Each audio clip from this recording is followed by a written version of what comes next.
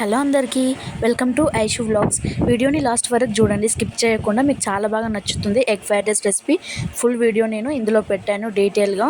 మీకు చాలా బాగా నచ్చుతుంది, ట్రై చేయండి మీరు కూడా ఇలానే. కావాల్సిన పదార్థాలు ఏంటో చూసేయండి. ఒక ఆనియన్, ఒక టమాటో, కరివేపాకు, పచ్చిమిర్చి, 2 ఎగ్స్ని ఇలా మిక్స్ చేసుకోవాలి సాల్ట్ వేసుకొని.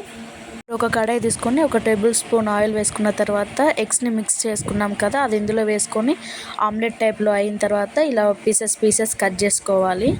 అలా కట్ చేసుకొని మంచిగా బ్రౌన్ కలర్ వచ్చేంత వరకు ఫ్రై చేసుకోవాలి.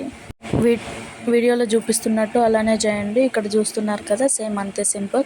చూడండి నేను ఎంత బాగా వచ్చినాయో అవి. అలానే చేసుకోవాలి. చేసి పక్కకు పెట్టుకొని మళ్ళీ ఒక 2 టేబుల్ స్పూన్స్ ఆయిల్ వేసుకొని అందులో ఆనియన్స్ వేసుకొని అది కొంచెం ఉడికిన తర్వాత, అదే కొంచెం లైట్ బ్రౌన్ కలర్ వచ్చినాక పచ్చిమిర్చి, కరివేపాకు, టమాటా వేసుకొని మిక్స్ చేసుకోవాలి. మంచిగా కలుపుకోవాలి అవి ఉడికేంత వరకు. ఒక 5 నిమిషాలు అలానే వదిలేసేయాలి పక్కన, అవి బాగా ఉడుకుతాయి. వాయిస్ ఓవర్ ఇచ్చేటప్పుడు సౌండ్ డిస్టర్బెన్స్ వస్తుంది, కూలర్ ఆన్లో ఉంది, అది స్కిప్ చేసేయండి. ప్రాసెస్ అయితే చూసేయండి. ఇందులో కొంచెం అల్లం వేసుకోవాలి. మిక్స్ చేసుకొని ఇందులోకి కావాల్సిన కొంచెం కారం, కొంచెం ధనియాల పొడి, అలాగే కొంచెం గరం మసాలా వేసుకొని కలుపుకోవాలి. ఇందులో ఎలాంటి సాసెస్ యూజ్ చేయట్లేదు మనం. Soya sauce, chilli sauce, tomato sauce, ఇంకొకటి ఏంటి వెనిగర్, ఇవన్నీ వేస్తారు కదా, ఇవన్నీ మనం ఏమీ వేయట్లేదు ఇందులో. ఓన్లీ సింపుల్గా మన ఇంట్లో ఉన్న ఇంగ్రీడియంట్స్తోనే చేసుకోవాలి.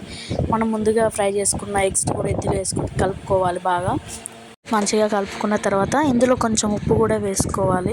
మన టేస్ట్కి సరిపడినంత వేసుకోవాలి. ఉప్పు, కారం ఇవన్నీ ఏమైనా సరే చూసుకొని వేసుకోండి మీరైతే. నేను 1 టేబుల్ స్పూన్సే వేసుకున్నాను.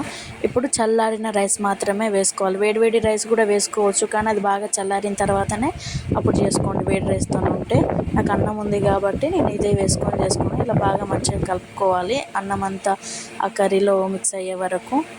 తర్వాత కొత్తిమీరతో గార్నిష్ చేసుకుంటే అయిపోయినట్టే మన ఎగ్ ఫ్రైడ్ రైస్. చాలా టైమ్స్ చేసినా కానీ ఈరోజు కుదిరినంతగా ఏ రోజు కూడా నాకు అంత అనిపించలేదు. సేమ్ ఫాస్ట్ ఫుడ్ సెంటర్లో ఎలా ఉంటుందో అలానే వచ్చింది టేస్ట్ అయితే. ఇంకా ఇలాంటి రెసిపీస్ కోసం ఛానల్ని సబ్స్క్రైబ్ చేసుకోండి, అస్సలు మిస్ అవ్వకండి. ఇంకా ఎలాంటి రెసిపీస్ కావాలో కామెంట్ చేయండి. Thank you for watching.